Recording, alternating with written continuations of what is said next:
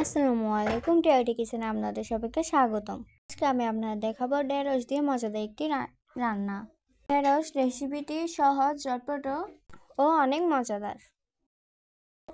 আমি এখানে ফ্রেশ ঢেঁড়স নিয়েছি। চলুন এবার রান্না করা যাক। একটি হাঁড়িতে পরিমাণ মতো তেল নিয়েছি। তেলগুলো গরম হয়ে আসলে সেখানে কুচি করা 2টা পেঁয়াজ দিয়ে ভেজে নিব।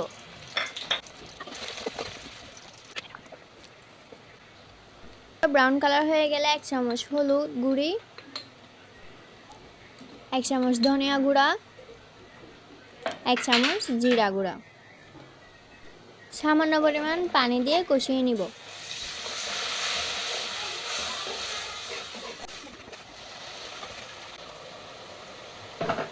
আপনারা আপনাদের মতো স্বাদ মতো লবণ দিয়ে দিবেন।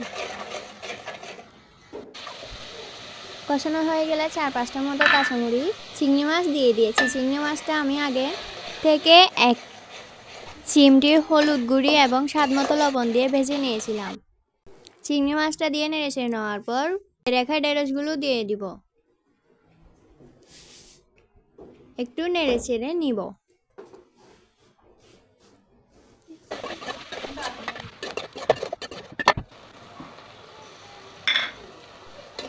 নেড়ে নেওয়ার পর একটা টমেটো দিয়েছি আমি কুচি করে রাখা। ভালোভাবে নেড়ে নেওয়ার পর 10-15 মিনিটের মতো আমি ঢেকে রাখবো।